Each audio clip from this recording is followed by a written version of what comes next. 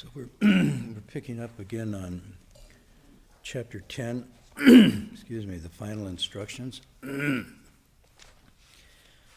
I have to acknowledge that this is a very difficult passage or part of the text to elucidate, even explain in a modest way, especially when we get into page 104. 105. This is a very seemingly formal teaching, and a lot of people have trouble understanding it, especially when we get to this next section where he's talking about these complementary pairings, sometimes translated as opposites, but the meaning of them is that they're not so much opposites, it's that they're interdependent, or they balance each other, they make up a whole, light and dark, long and short, and so forth. And these ideas, these concepts, appear throughout both Western and Eastern philosophy in different ways. And you could spend a lifetime studying how this is handled or investigated.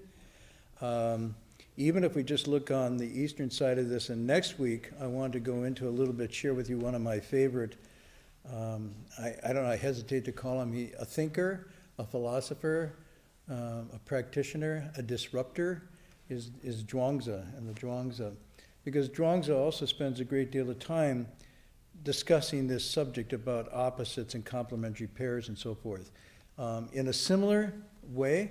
And I think one of the ways to get at this is if we approach it as philosophy, as a statement of some truth, it's very hard to wrap our minds around it. But if you understand it more as a catalytic device, a prod to get us to stop thinking in certain ways, to disrupt the normal flow of how we set up our thinking process, that very stopping opens up the opportunity to perceive or to see or encounter things directly. And the words that often are used here is not understanding or knowing, but jin, like seeing, and also ming, which means to discern brightly. But it's a direct grasp, a direct seeing of the nature of things rather than a mediated process where we're using concepts and thoughts to get at it. So part of what I'm trying to wrestle with in explaining this is the first part, he's saying, on page 103 when he's giving his final instructions, he says you should bring up these complementary pairs, these opposites.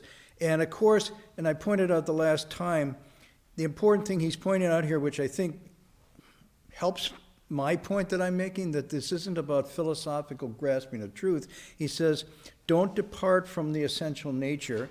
And he says, and there's no place to set up. So the purpose of using these pairings is not to establish some truth or philosophy of being or of meaning, but rather kind of a trick, so to speak, of getting people to see where they are, in fact, attaching themselves in a frame of reference or frame of thinking.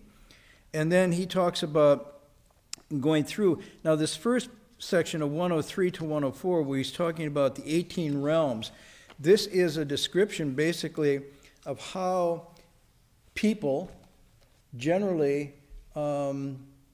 project and interpret and make sense of their world. It's through the sense organs, the eyes, ears, the nose, tongue, and the body, the physical part, those physical faculties and dimensions interacting with consciousness, corresponding consciousness, because the eye, in fact, is just a portal for data, images to come in, but the interpretation of what that means, why a sight is pleasant or unpleasant, why it's remarkable or unremarkable, even the very fact that we notice or don't notice is a function of consciousness. It's not a function of the organs per se.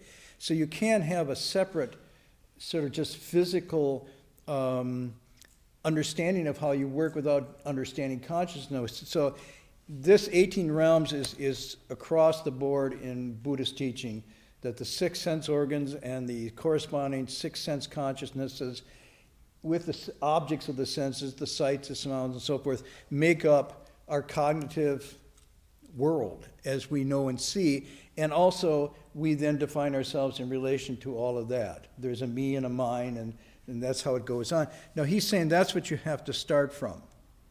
You have to start with this functioning. And what he means by this is you don't start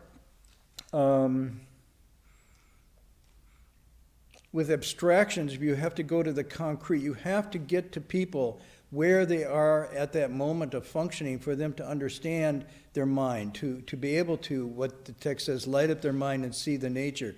It's not seen through intellectual cogitation. It's not even seen through mystical apprehension, but it's seen directly in the functioning of our day-to-day existence through those 18 realms. How I relate to what I see, how I relate to what I hear, what I taste, what I shop for, what I buy, what I reject. All of this is a functioning of the 18 realms. And if we're to understand ourselves, we have to look at that functioning immediately as it's happening day to day. And he's saying, by the way, all Buddhists come from these 18 realms, and so do just ordinary living beings. It's not like there's two different minds or different realms or different functionings that make up the difference between a sage and an ordinary person. But rather, and you see on page 104, then he goes in it, using it well, using these 18 realms, understanding how they work, and really gaining some mastery over them. This is the activity, this is the functioning of a Buddha. Now, it's really interesting because a Buddha then is seen as someone who is functioning well within and using this, not as some kind of reified abstract state. A Buddha is, there's Buddhaing, I-N-G, I don't know how to do it. In other words, it's an activity of functioning within these 18 realms, using it well, understanding how you set up or not in regards to all of this, and then not getting stuck, not projecting, attaching to any of this, but moving freely in the midst of all this is a Buddha. And the opposite is misusing it, he says, is the activity of living beings. Not using it well is the functioning of a living being. So it's all about application, functioning. It's almost like this is an engineering formula rather than an abstract theological or philosophical treatise. And it's actually very good because it's actually saying this is what it means to cultivate yourself. This is what it means to fulfill your deepest human potential, is to use or not use this well. So, I mean, in an ordinary sense, he would say Nobel Peace Prize winners and serial killers, liberators of humanity through medicine, and genocidal figures all come from the same mind. This is along a spectrum, and it all depends on use or misuse. If you use it well, it goes and produces these results. So it's not just about you, but this is an interactive, highly interactive space where you are in every thought, any action, and even in especially in your deeds, are having corresponding effects through the whole web of life. And so not only, if you get this right, your ability to teach and transform is almost spontaneous. But if you don't have this right, you don't understand your own workings, then each step, each thought, each move misuses it and then misuses the larger world. So this is really not about just kind of contemplating your navel, but it's contemplating the origins and extensions of all your thoughts and feelings and emotions as they interact, flow back and forth. So this is like the operative mechanism for liberation and the operative mechanism for enslavement, right here in this section. So again, if we come back to it, and again, he doesn't say, even if you theoretically understand it, who cares? It's in the use or the not use of it that it matters.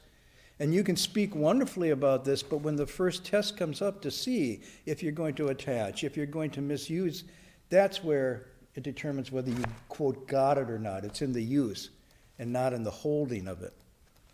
So, Now he goes into this next section, which are the complementary pairings, and he says basically it concludes these called 36 complementary pairings.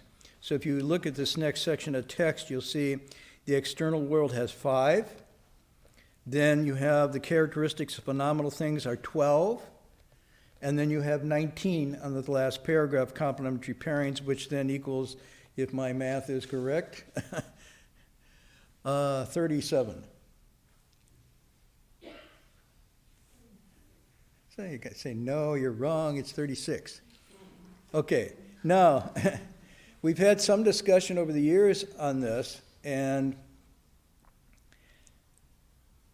I've come to a tentative conclusion that this is not some absolute fixed category of 36 dimensions of how we look at reality, but rather it's a suggestive possibility, a suggested list, not meant to be exhaustive, but to sort of map out in a general way how we dualize our reality into these pairings. And then he goes through them. The external world has 5 complementary pairings: heaven, earth, sun, moon, light, dark, yin and yang, water and fire. And these are represented as contrasting and sometimes said to be opposite, but in effect he's saying they also are interdependent and interlink. Sun and moon follow cycles. Light and dark, light is in contrast to darkness. Darkness is in contrast to light. Then he says the characteristics of phenomenal things can be expressed in 12 pairings. And here we go. I mean, this is almost like a Buddhist thesaurus. Those of you familiar with the original Roget's thesaurus? The original Roget's thesaurus kind of organized all of our knowledge and language into categories: affection, emotion, intellect, will, and so on and so forth, material things, and then under there, all the words that came up of all the different pairings. So this is, in a sense, a Buddhist way of looking at how you could represent what we consider to be the world. And again, I'm using this word, world's a problem word, but I use it, okay? And it's a problem word because it can mean 2 things. One, it's talking about what the text would say is the real world, the real as it really is world. Things as they really are, not filtered, not mediated by our greed and our anger and our wanting and craving and fears and so forth. That, and they call that thusness. Thus, Rusher, as it is. And this is another meaning of Dharma, capital D, is a description of things as they really are. But that's one we cannot see in our ordinary state. So the real world is one we cannot see. And then there's the invented world that we can't see through. And so we're kind of stuck here. And when I use the word world, I'm using it both meanings. One is, it's pointing to a world that is beyond these pairings, or before these pairings. Let me put it that way. It's before we set up these pairings. And it's one that we cannot see because we're covered over. We have whether it's sometimes called the veils of ignorance that cover us over. We see through a glass darkly, if you want to use a biblical reference. And so we don't behold things as they really are, but how we imagine them to be, wish them to be, fear them to be, hope they aren't, and so on and so forth. That is called the invented world that we can't see through. And we take it for the real world. And the real world, which we can't see, is the one we're most interested in accessing. So this part of the text is sort of getting at how do you get to see what is true and real when we set up all of these kind of distinguishing pairings. And the way you get to it is you have to this is really hard. You have to stop thinking and believing and behaving in the ordinary ways. There has to be a shift of consciousness. And so what he's doing here is he's telling his students, this is the way people set up in all these pairings, okay? And we could go into them in great detail and you could add to them. But basically, these are the ways the veils of ignorance or the veils of partial perception. Cover and don't let them see directly. So your job is to work with these pairs and basically disrupt them. Call them out.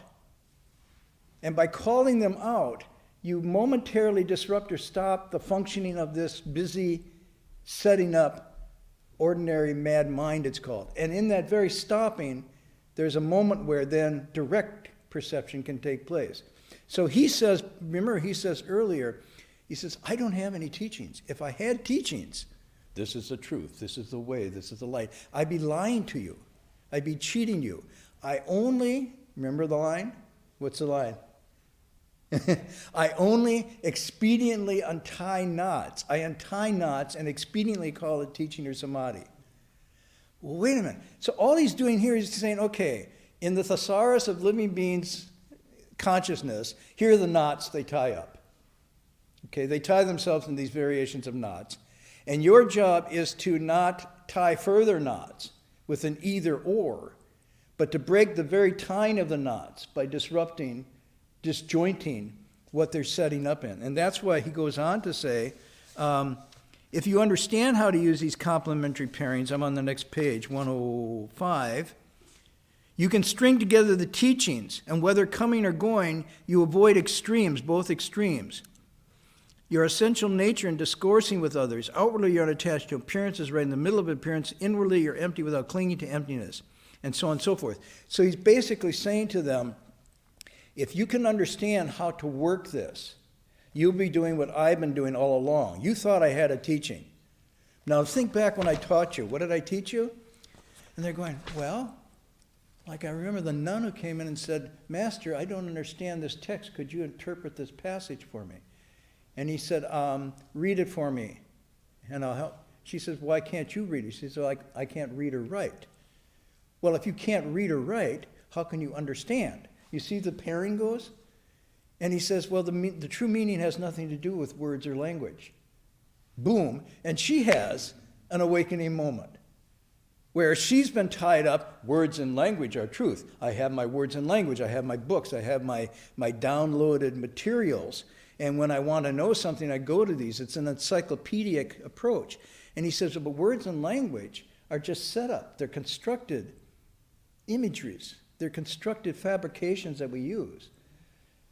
But if you really want to understand, you have to get past what the words and language are pointing to. And then then it goes back to my friend Zhuangzi. Remember? You don't remember, but I'll, that's okay. Zhuangzi's famous line, that the net is used to catch, the snare is used to catch the rabbit. Once you catch the rabbit, get rid of the snare. The fish net is used to catch the fish. Once you get the fish, you can get rid of the, well, if you're a vegetarian, you get rid of the fish and the net. But you'll get rid of the net that catches them. Words are used to catch meaning. Once you catch the meaning, you can get rid of the words. And then he says, where can I find a person who catches my meaning? We can have a conversation without words.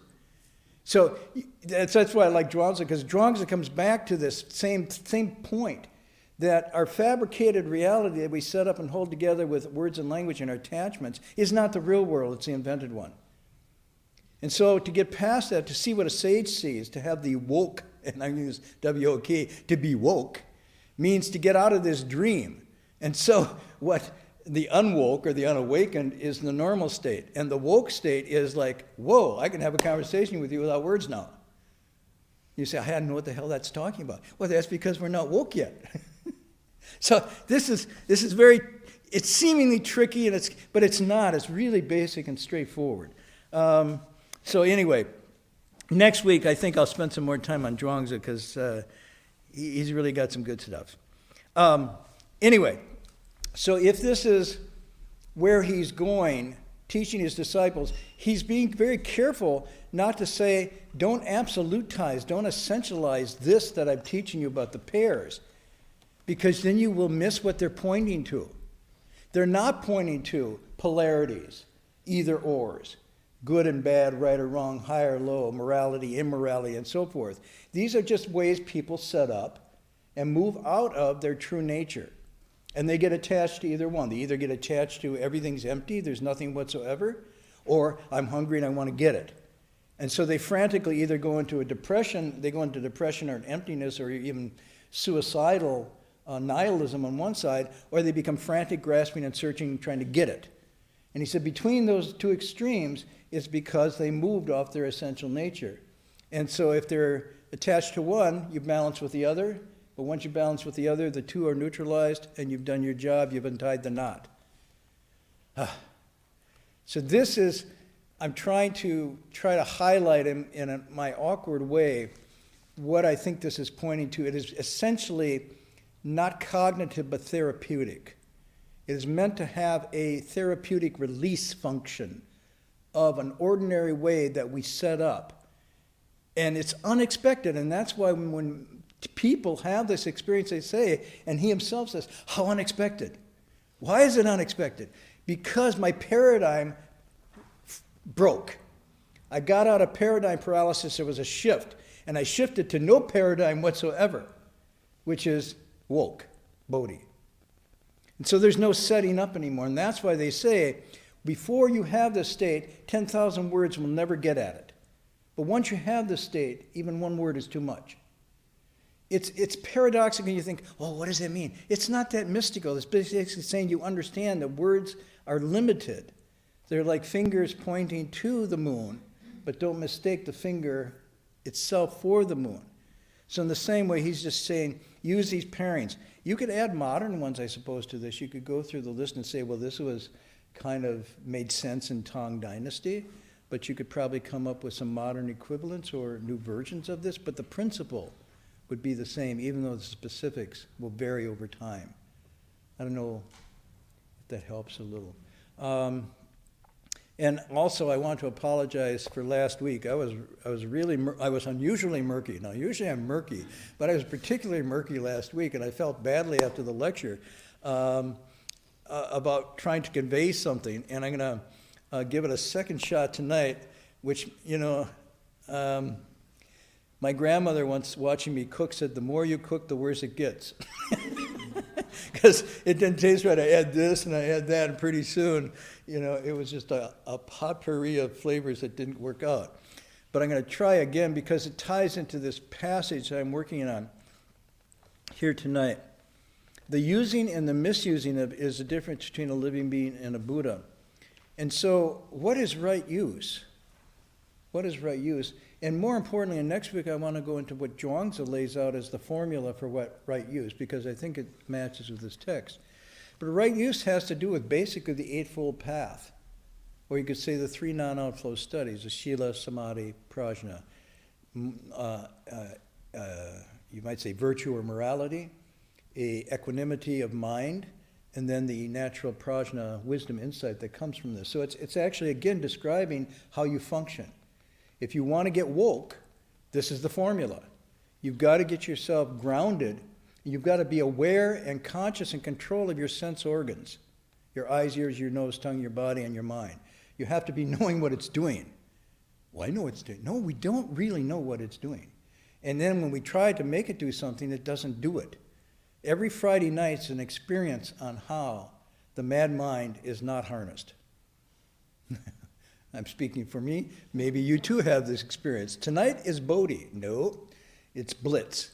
It's all over the place. So the Shila, the virtue discipline part has to do with regulating your mind and your body and your mouth, but particularly your body and your mouth, so that the way that you're functioning doesn't create karmic backlash, blowback. That you are more or less moving smoothly through your world and through your relationships without creating harm for yourself or others. It's cool, it's and only when you have that down are you able next stage and then to find the deeper thing that watches over the equanimity of mind, to know when your mind is moving and where it's moving and what it's doing. This is pretty interesting, and it can be done. But it takes a certain amount of stilling and concentration and quieting down to catch the mind as it moves, because it's very fast, it's very deep, and it has its habituated patterns. So it's like literally like a spinning wheel. And so unless you're able to slow it down and watch it, You'll never catch what it's doing, therefore you'll never catch what's driving you. And you'll always externalize and saying, this situation is driving me, this thing is upsetting me, without realizing that this is the first movement, and then things follow from that. And then finally, when those two are working together, when you have the virtue ground and you have the equanimity of mind and discernment, then the woke, the prajna, happens by itself. Because it says, to the still mind, this universe surrenders. The Chinese is one thought unproduced, the entire reality manifests. But as soon as the mind moves, as soon as the organs move, it says you're covered in clouds. So part of what we're doing, and brings it back to what I wanted to talk about better this week, hopefully, than last week, is then the practice of meditation as one component of using it properly versus misusing it. And it isn't like you want to be in meditation, quote, all the time. But this is really just a training practice session to sort of get a feel for how you move in response to sights, sounds, and smells and tastes, to fantasies, to fears, to so forth. And so what a meditation practice is, when it's grounded in virtue, say on a Friday night when you come here, by taking, let's say, the first 5 of the realms, eyes, ears, nose, tongue, and body, and what you've done is voluntarily restricted. You've dumbed it down a little bit. You've corralled it. You've deprived it. If you want to be, I've deprived my eyes, ears, nose, tongue, and body of its usual fantasies and delights. And then you say, I'll do that for 45 minutes, and then after the class, I'm going to go out and indulge it. Yeah, you can do that. But at least take advantage of the dumbing down, because that sensory deprivation, voluntary and disciplined, then allows, in a sense, the energy and light to go to what's happening in the sixth, which is the mind and consciousness. And that's where the stirring and turning all takes place. So in a sense, what you're doing here is, for a while, you are putting a restriction around the outflowing of your sense organs, so that, and they say that's what it means, return the light, illumine within. You're bringing the light of that energy back in, and by quieting it, and you look at the posture, the body is held. The eyes, the ears, the nose, tongue, they all come down to a very still, gathered in space. I like to use, I'm trying to think, Virginia Woolf's idea of a room of one's own. That this is, in fact, you're creating the room of one's own, that inner space where you do not have to respond and engage and entertain all the other people and things. You have this space where you can listen to yourself. And this listening to yourself is partly what the meditation is. And then, when you get that, you can watch the movement of the mind as it turns and flows, as it reaches and grasps, as it gets bored or gets overexcited and whatnot, and you get to know it, and you just sort of watch it, and gradually you start to get a harness on it. Not because you're pressuring or repressing it, but simply because kindly, with compassion and patience, you're watching it almost like a overactive, insecure child. You know, it's okay, calm down, it's okay. And gradually, as that calms, insight happens by itself. So why am I bringing this up? Because, and this is where I tried to go last week, and I'm going to try to do it a little bit again. We live in a particular time when the activity of meditation or contemplation is particularly difficult and challenged. And it's because, unlike any time, I think, in human history, we've never had so much giving us so little as we do now. We are stimulated to the nth degree, even if we don't want it. 24/7, we are bombarded with sights, sounds, smells, taste, tangibles, and then objects of mind. And I'm not just talking about sort of the standard thing of advertising and marketing, which is, of course, much more advanced and sophisticated now than ever before. But even unconsciously, we're being targeted and marketed and hit. And so meditation becomes more and more challenging and difficult as a result of this. I would guess in the Buddha's time, it wasn't easy then. But to be dropped in, say, the San Francisco Bay Area in 2018 with all the apparatus and inflow, not outflow, inflow, which then turns out to outflow, that we have coming at us, you almost have to be a Buddha to even begin to do this. Because it's so powerful and so enticing and made so attractive. I mean, you think, there was a Buddha sitting under the tree and the beautiful daughters of Mara came and then the legions of hordes of demons came. It's like, that's just a movie for us now. I mean, that's just a Netflix one-timer. We can have it 24/7 hitting us. And much better than I think the Buddha actually got. And if we can do it in 3D, and now we can do it in virtual reality, and we can actually start to hook our sense organs up to smell and taste and feel these things while they're going on. So we have the quintessential hyper-distractive energies available to us like never before. So you got to have some kung fu to meditate. Seriously. You really do. And so what I was pointing to last week is I think we're on the cusp of a very important moment in human history. And it's not just me. I feel this. I felt this for a while. That human consciousness is really on a turning point here.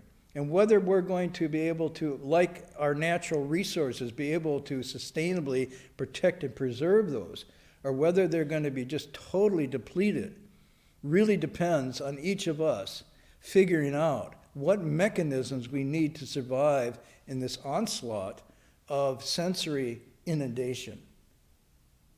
So this becomes really important. Now, the thing that triggered me again last week, because I know people asked me questions after last week I talked about this, and I thought, boy, that was muddled.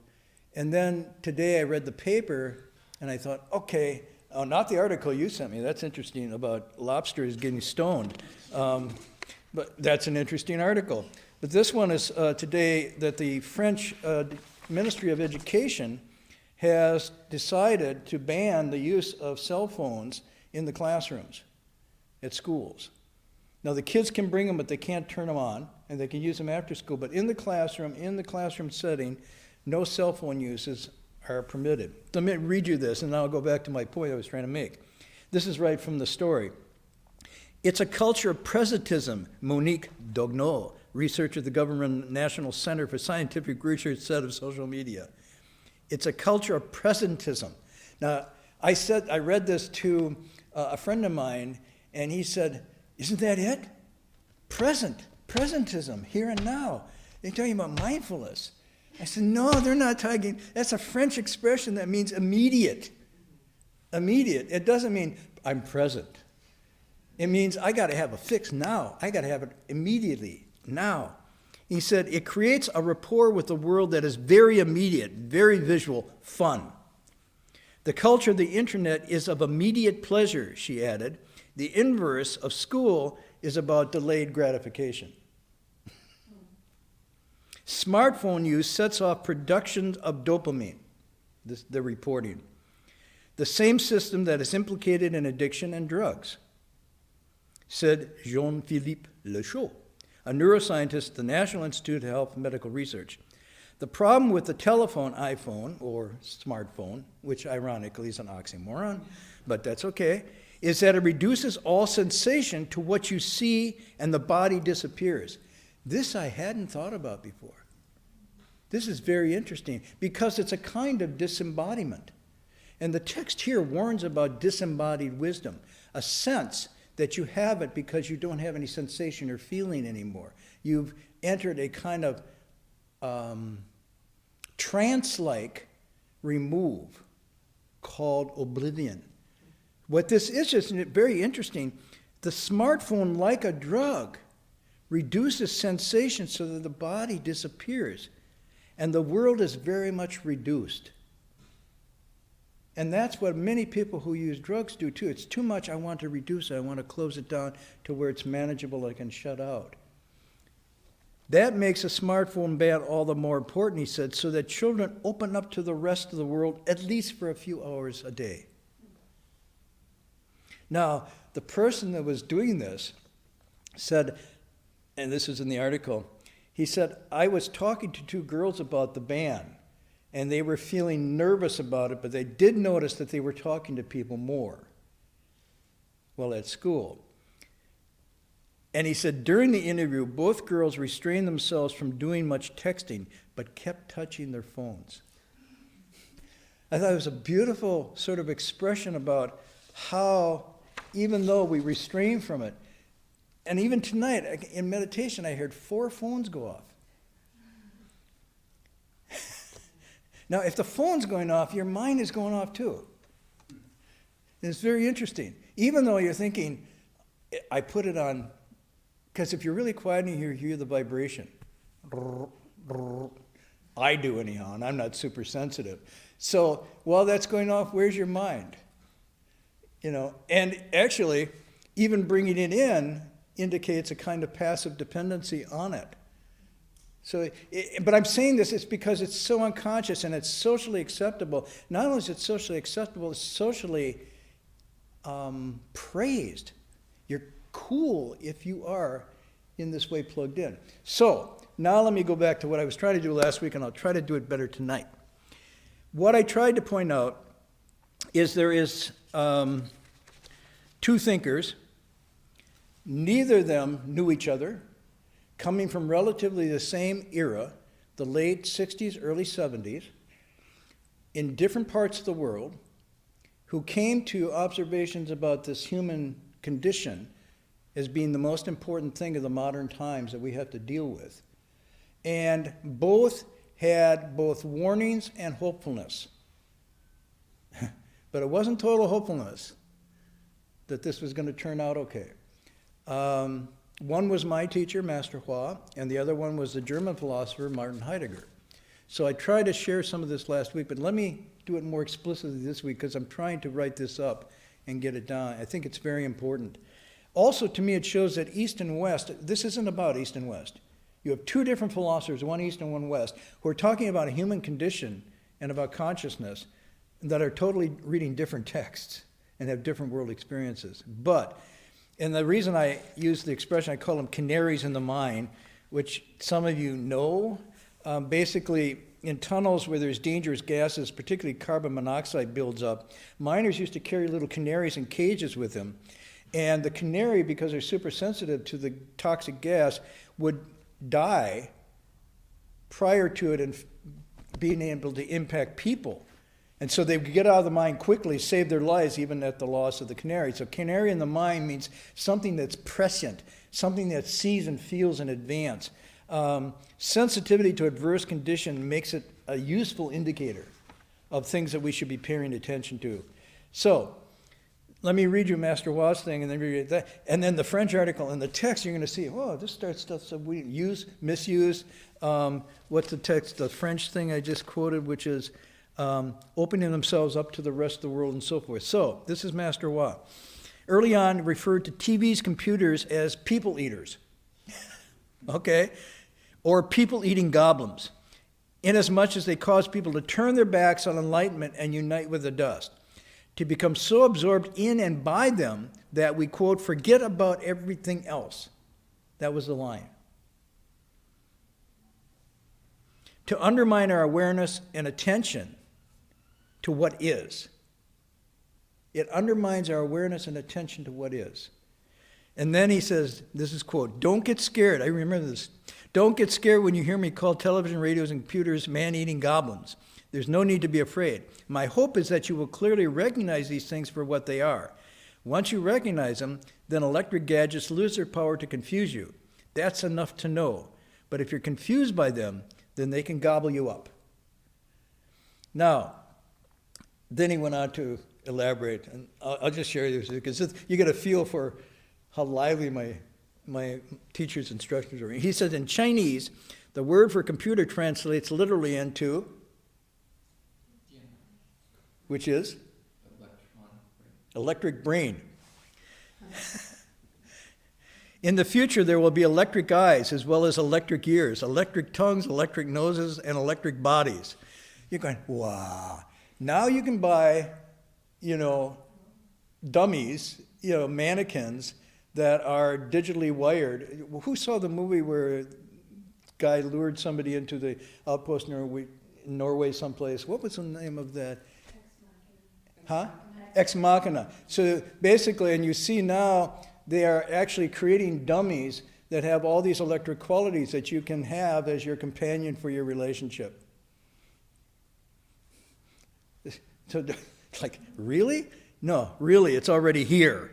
This was back in the 70s. Every one of the 6 sense organs will have disposable modules like cassettes and will gain an electric boost. Eyes, ears, nose, tongue, body, and mind will be computerized. And even the mind will tie into organically with know-it-all computer memory banks. Come on, this is exactly the cutting edge of neuroscience right now. Elon Musk is working on this stuff, okay, as we sit here. So is Larry Ellis. That's what is happening now. This was like way back then. He says, is this a good time to be a person? Question mark. Our wisdom has been stolen away by material things. Nobody has any natural wisdom to speak of. Our inherent brightness has been replaced by products and goods. And once we substitute things for wisdom, then people will go blank like idiots. Wisdom will become outmoded, and people will no longer serve any useful function. AI. The big fear right now of AI is that it will displace, replace, and make human functioning outmoded. And I'm, it's like, well, where did you get that? Where did you? Well, let's see, what was his name who just passed away in Britain, the astronomer? Yeah, Stephen Hawking talked. This was his fear. Now, I'm sorry, Stephen's a very bright, much smarter than I am, and sees where these trends and possibilities go. So if he's worried about this, we should pay attention. But again, this is back in the late 60s, early 70s, this is coming out. Also, some people said, but this is the contemplative mind, because it's absorbed in this kind of technology stuff. But it's a trance-like absorption rather than a liberating absorption. And this is, when I mentioned before the 3 non-outflow studies, that's a liberating absorption that opens and expands the measure of the mind past these enclosures. This, and Bob Thurman pointed out, he says, this contemplative mind actually reinforces materialism, anger, and wanting and craving. Even though it's an absorption, it's a trance-like state. But interesting, the texts talk about 2 forms of samadhi, mental concentration. One is called deviant and one is called proper. And the deviant is referring to that you can focus your attention to a very minute point, but the outcome is not liberative, it's afflictive. And the opposite is the proper samadhi, which opens, expands, and releases it from that. Okay, now, let me go back to Heidegger, because Heidegger is now coming from the different side. He says, and this is back, Heidegger was writing this in right after World War II. He started, but he really got into it in the late 50s and 60s until his death in the mid-70s. He said, humanity finds itself in a perilous situation. Why? You could say, oh, because we just came out of World War II with what Germany went through with its weapons of mass destruction, then the invention of nuclear weapons and biochemical weapons coming off of that, and the possibility that a third world war might unexpectedly bring about the complete annihilation of humanity. And Heidegger says, that's not what I'm worried about, nor even the destruction of the earth. It's the approaching, and I'm quoting, the approaching tide of technological revolution could so captivate, bewitch, dazzle, and beguile humanity that the calculative thinking, and this is his term, calculated thinking may someday become accepted in practice as the only way of thinking. And he's saying that the technological way the technological, quote, thinking works, computerized thinking, is calculative. It's a calculated thinking. And he says the very invention of those machines meant humanity had to switch into a calculated mind consciousness. But then in turn, as I quoted you last week from Frankenstein, Mary Shelley's work, you created me, but I master you, says the monster to the inventor. So Heidegger's concern is that it will be accepted in practice as the only type of thinking. Now, I'm sorry to say, you can see trends of this if you look at the modern university as it moves away from the emphasis on the arts, the humanities, philosophies, and moves more into the STEM mode. It's moving more into a dominant calculative thinking mode. I want to, kind of do a diatribe here. I just want to point out, look at this happening. And you look at where the best and the brightest are going these days. They aren't, like my generation, going to the study of philosophy, history, and so forth, or even the social sciences. But they're going into these fields that promise them good money, lucrative, power, fame, prestige. Okay? And so, wait a minute. It's becoming not only the accepted and practiced way, but increasingly the only way. And why are you going? Where are you going? I'm going to Cal. Well, what are you going to major in? Well, I was thinking of doing literary. What? What are you going to do with that? Get a good job, get a good education. Basically, the universities are becoming technical schools for calculative thinking, not critical thinking. Now, again, people in higher education say, oh yeah, well, that's okay, but we will no longer have any democracy because calculated thinking can't analyze complex problems and the reasons for war or not war, or the distribution of economics or healthcare or whatnot. It's purely calculative. Win-lose, cost-benefit analysis, done. Okay? This is Heidegger. He says, and then what? Then humanity would have denied and thrown away its own special nature, that we are meditative beings. This is his language. Therefore, the issue is saving humanity's essential nature. This sounds Buddhist, but it's Heidegger. And the best and perhaps only way to doing that is keeping meditative thinking alive in contrast to calculative thinking. And then he starts to, and I feel for him, it's like he had so limited purchase on any Eastern text that he tried his damnedest to come up with a German philosophical approach to meditative thinking. But even calling it meditative thinking shows how hard he was trying to squeeze these together. But he does come very close. He's very bright. He gets into what he calls releasement. Instead of grasping, we need to release our whole. This is very Buddhist Taoist kind of stuff. And then, of course, he doesn't have long enough to develop it. It's time, he says, to renew a search for a new ground of meaning. And the sense of importance the new ground is overlooked in the modern world where applied science and calculated thinking dominate our lives. So, if I could close with this, and this is really interesting. He talked, and I used this word last week, called enframing, E-N framing. What the calculative thinking does is that it encapsulates us like in a cocoon. And everything we know, see, and understand is come through and filtered through that. And in a sense, he says, the entire mechanism of mind is taken over. The entire mechanism of mind is taken over. The very ways we think, know, and see are reconfigured. Itself the very creation and over-reliance on those devices that impose on us. It reduces and measures everything in terms of use, not in terms of worth, versus something for its own sake. So the only justification for anything is instrumental, that it gives me this in return, not that it's worthwhile in its own sake. So again, the child who sits on the back looking at the clouds, what are you doing wasting your time? You could be doing advanced placement, you could at least, mastering tennis, and you hyperactive. And he says what you do is not only do you become addicted to this, but it disturbs the spirit. It disturbs the essence of being human. And after a while, he says, this technological thinking reduces our focus down to things and objects. It, quote, collapses consciousness, which is exactly the Buddhist word for avidya. Ignorance is not seen, collapsing of consciousness. And he says, and it deafens us, and this is Heidegger getting poetic, it deafens us so that we're unable to hear the call of the more primal truth. And then I finished last week by talking about nature deficit disorder and so on and so forth. So I wanted to go back over this in relation to the text tonight, because you saw the French quote where it says, the children open up to the rest of the world for a few hours a day. You have Master Hui saying they forget about everything else, and you have Heidegger saying it collapses consciousness. They're all talking about the same thing. Whereas in this text, it was talked about in the Tang Dynasty as a sort of, now there's an urgency, I think, for these texts. And so ironically, the most ancient of text turned out possibly to be our best modern stimulus for the recovery of this mind, this heart. So anyhow, another added kind of dimension of why we would be looking at this text in terms of that.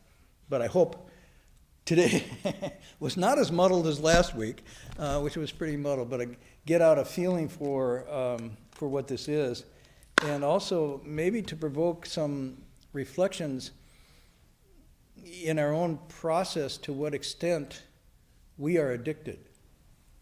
I'm addicted or you're addicted. In other words, addiction is something that masks itself from the addicted by its very nature. And so to catch it, you have to have contrast. There has to be juxtaposition or you never see it. It's like in the flower shop for 2 weeks you don't smell the flowers. Okay? So the modern addiction, the contrast is very difficult to get at because with drug addiction, you have this contrast. It's against the law. And people sneak to do it. And it abrades. But in this addiction that Heidegger and Master Hui are talking about, it's not hidden. In fact, it's hidden because it's so pervasive. So there's no contrast. Everybody is into it, so therefore nobody those who don't use it stand out as being odd. And so you wouldn't necessarily catch it.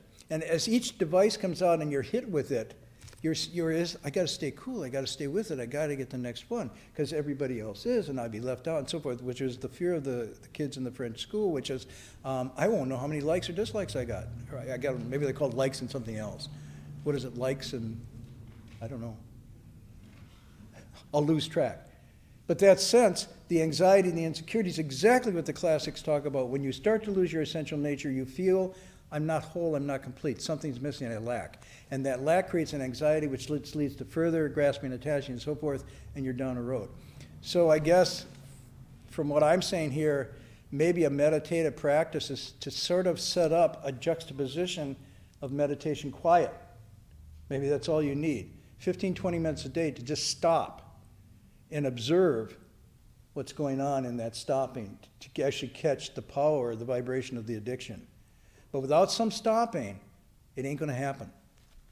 And it just keep taking over to the point where we won't even know ourselves anymore.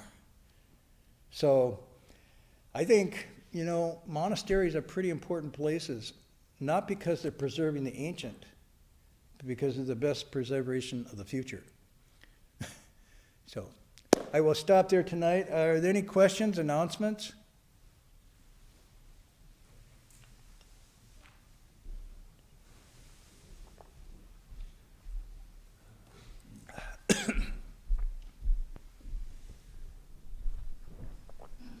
So we have tomorrow, as usual, in the evening, the Avatamsaka class by Reverend Shure, 7:30 p.m. Also tomorrow we have storytelling class, right? It's Brian Conroy is that. You mean a real person telling real stories? Person talking real stories. Ah. And he will teach us how we can learn. And the main topic is the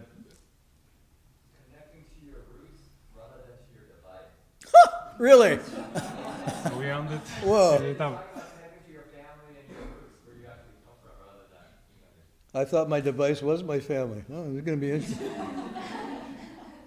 And also we, like always, offering every day the stopping exercises here in the monastery, 2 hours a day, in the morning and afternoon. You can find all information in our websites. Also, we have others classes. Almost every day we offer something in the evening. So please visit our website, berkeleymonastery.org. The most important thing this place offers is nothing.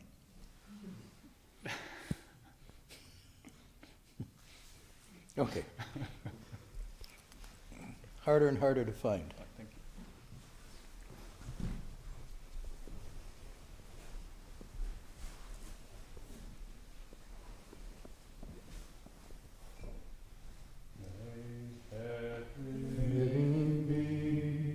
Our minds as one and radiant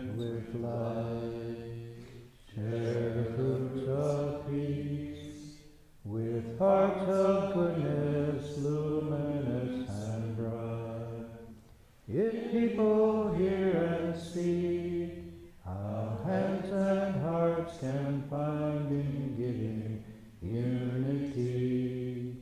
May our minds awake to great compassion, wisdom, and to joy. May kindness find reward. May all who sorrow leave their grief and pain. May this boundless light break the darkness of our endless night. Because our hearts are one, this world of pain turns